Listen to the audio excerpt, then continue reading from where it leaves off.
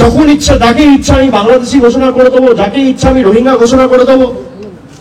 জ্ঞানেশ কুমারের বাবার নাম আছে ভোটার লিস্টে, ডকুমেন্ট দেখাতে পারবে? অমিত শাহর বাবার জন্মের সার্টিফিকেট দেখাতে পারবে? প্রধানমন্ত্রী থেকে শুরু করে ক্যাবিনেটে যারা মন্ত্রী রয়েছে, স্বাস্থ্যমন্ত্রী, প্রতিরক্ষা মন্ত্রী, শিক্ষামন্ত্রী, অর্থমন্ত্রী, রেলমন্ত্রী, তার বাবার ঠাকুরদার জন্মের সার্টিফিকেট দেখাতে পারবে? যারা ইলেকশন কমিশনে কাজ করেন দেখাতে পারবেন? স্থানীয় যারা বিজেপির নেতারা যদি এখানে ঢোকেন, ঘিরে ধরবেন এদেরকে, বলবে বাবা ঠাকুরদার সার্টিফিকেট নিয়ে আয়, তারপর প্রচার করতে আসবে। বাবা ঠাকুরদার সার্টিফিকেট নিয়ে আয়, তারপর প্রচার করতে আসবি। বেঁধে রাখবেন, বেঁধে রাখবেন গাছে, পোস্টে বেঁধে রাখবেন, হাত তুলবেন না। আমরা শান্তিতে বিশ্বাস করি। বলবেন সার্টিফিকেট নিয়ে আয়, তারপর তো দড়ি খুলবো। যা, তোর বাবার সার্টিফিকেট, বাবার বার্থ সার্টিফিকেট, তোর দাদুর বার্থ সার্টিফিকেট, তোর ঠাকুরদার বার্থ সার্টিফিকেট, আর তোর দিদিমার বার্থ সার্টিফিকেট। তোর অমিত শাহ, মোদী সরকার যে আমাদের থেকে সার্টিফিকেট চেয়েছে, আগে তোরা সেই সার্টিফিকেট মানুষকে দেখা, তারপর কাগজ চাইবি মানুষের থেকে।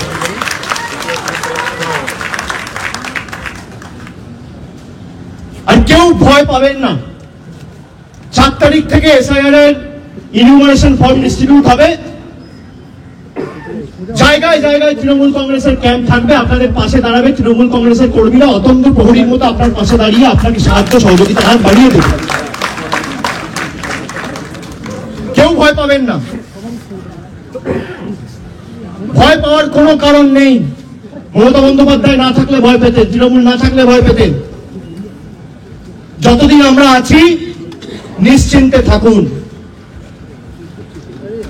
রবীন্দ্রনাথ ঠাকুরের বাংলা, বিদ্যাসাগরের বাংলা, বঙ্কিমচন্দ্রের বাংলায়, স্বামী বিবেকানন্দের বাংলা, রামকৃষ্ণ পরমহংসদেবের বাংলাকে যারা ব্যঙ্গ বিদ্রুপ করেছে, বাংলাদেশি বলে যাদের আখ্যায়িত করে আমাদের অপমান করেছে, আগামী দিন জবাব নেওয়ার জন্য আমাদের সকলকে এখন থেকে প্রস্তুত থাকতে হবে। যে কটা ছাইপাস পড়ে আছে, আমি বলছি এরা যদি প্রচার করতে আসে, এদেরকে হিসাব চাইবেন প্রথমে, যে 11 বছর এদের সরকার ক্ষমতায় এই পানিহাটির জন্য, পাশে খড়দার জন্য, ব্যারাকপুরের জন্য কি করেছে। আর সেকেন্ড হচ্ছে বাপ ঠাকুরদার সার্টিফিকেট নিয়ে আসবি, তারপর ভোটের যে কোনো পত্র মানুষকে দিবি। যদি না দিতে পারে বেঁধে রাখবেন, আমি আছি।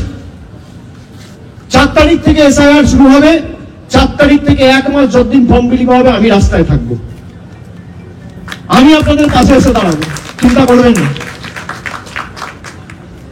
সুতরাং আমি সকলকে বলবো যে আপনারা একেবারে নিশ্চিন্তে থাকুন, ভয় পাবেন না। এলাকার প্রতিবেশী যারা আছেন, বন্ধু বান্ধব যারাই ভয়ে আতঙ্কে রয়েছে, তাদেরকে আপনারা বলুন ভয়ের কোনো কারণ নেই। 5 জনকে বাংলাদেশি হিসেবে বাংলাদেশে পাঠিয়ে দিয়েছিল।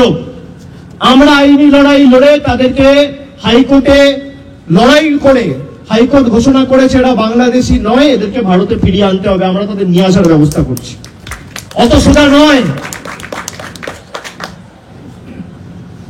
আজকে যারা ধর্ম নিয়ে রাজনীতি করে, ধর্ম নিয়ে কোনোদিন রাজনীতি করা উচিত? কর্মসংস্থান, শিক্ষা, রাস্তাঘাট, জল, পানীয় জল, পরিকাঠামোগত উন্নয়ন, school, college, medical college, ITI, একটা সরকারের কাজ কি? উন্নয়নের যে প্যারামিটার রয়েছে আপনি সেই নিয়ে তর্ক করুন না, তথ্য পরিসংখ্যানের মাধ্যমে আসুন। আমাদের সরকার 14 বছর ক্ষমতায়, আপনাদের সরকার কেন্দ্রে 11 বছর ক্ষমতায়। আমি তো বলেছি বিজেপি নেতাদের,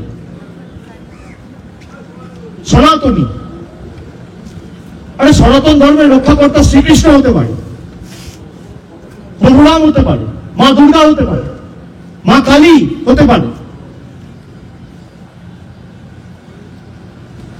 সনাতন ধর্মের রক্ষাকর্তা বিজেপির নেতারা, যারা ভোটে দাঁড়িয়েছে তাদের বাবা ঠাকুরদাদের সার্টিফিকেট আছে। কেউ ভয় থাকবেন না। আমি হাত জোর করে আরেকবার সবাইকে অনুরোধ করছি, আমার কথা যারা শুনছেন, আপনাদের কোনো রকম কোনো অসুবিধা হলে স্থানীয় জনপ্রতিনিধি, প্রশাসনের বিডিও অফিস বা প্রশাসনের পঞ্চায়েতের অফিস বা শহর এলাকায় কাউন্সিলর, মিউনিসিপ্যালিটি বা তৃণমূল কংগ্রেসের যদি কেউ ওয়ার্ড প্রেসিডেন্ট বা পঞ্চায়েতের স্তরে দলীয় দায়িত্বে থাকে, তাদের সাথে যোগাযোগ করুন। আপনাদের পাশে আমরা আছি। আজকে আমরা যদি আগে থেকে জানতাম, আমরা প্রদীপ বাবুকে হয়তো বাঁচাতে পারতাম। তার পরিবারের কেউ জানেই না, কারোর সাথে তিনি আলোচনাই করেন। এসআইআর ঘটনা, এসআইআর অ্যানাউন্স হওয়ার পর তিনি রুমে চলে গেছেন, পরের দিন রুম খুলে দেখছে। এটা কাকতালীয় নয়। আজকে যে দিনটায় ঘটনা ঘটলো, এটা কি কাকতালীয়? গত 2-3 মাস আগে আপনারা দেখেছেন কলকাতায় রিজেন্ট পার্কে, নেতাজি নগরে দুজন হয়েছে। এসআইআর ঘোষণা হওয়ার পর থেকে এদের মৃত্যুর জন্য একমাত্র দায়ী হচ্ছে অমিত শাহ আর জ্ঞানেশ কুমার। আমি আবার বলছি দায়িত্বহীন ভাষায়, বিজেপি ভাবছে ইডি আর ইলেকশন কমিশনকে লাগিয়ে আমাদের টাইট করবে। তোমাদের বুকের পাঁটা থাকলে বাংলার মানুষের গায়ে হাত দিয়ে দেখিও। এই ভদ্রলোককে পাঠানো হয়েছে জাতীয় নির্বাচন কমিশনে, যাতে ভোটার আর ভোট দিতে না পারে। আগে মানুষ ভোট দিয়ে সরকার নির্বাচিত করত, এখন সরকার পছন্দের ভোটার বেছে নিচ্ছে। আপনারা ভাবুন কি পরিস্থিতি দেশের। জ্ঞানেশ কুমারের মেয়ে ইন্ডিয়ান অ্যাডমিনিস্ট্রেটিভ সার্ভিসে চাকরি করে। এসআইআর ঘোষণা হওয়ার পরে তাকে নয়ডার জেলা শাসক করে দায়িত্বে বসানো হয়েছে। জ্ঞানেশ কুমার মানে জাতীয় নির্বাচন কমিশনের মুখ্য নির্বাচন কমিশনের আধিকারিক। তার যে জামাই মনীষ বানসাল, তাকে সাহারানপুরে ডিএম করে এসআইআর অ্যানাউন্স হওয়ার একদিন পরে দায়িত্ব দিয়ে পাঠানো হয়েছে। এটা কাকতালীয় না কোইন্সিডেন্স? বিজেপি এতটাই ভীতসন্ত্রস্ত যে মানুষকে আর ভোটাধিকার প্রয়োগ করতে দিতে এরা চায় না। আর আমরাও সুনিশ্চিত করব যে আপনি একটা মানুষের মৌলিক অধিকার আপনি কাটতে পারবেন না। আপনার যত ক্ষমতা আছে আপনি CBI, ED, election commission, paramilitary force, high court, supreme court, media, income tax, SFIO, paramilitary force সব লাগান।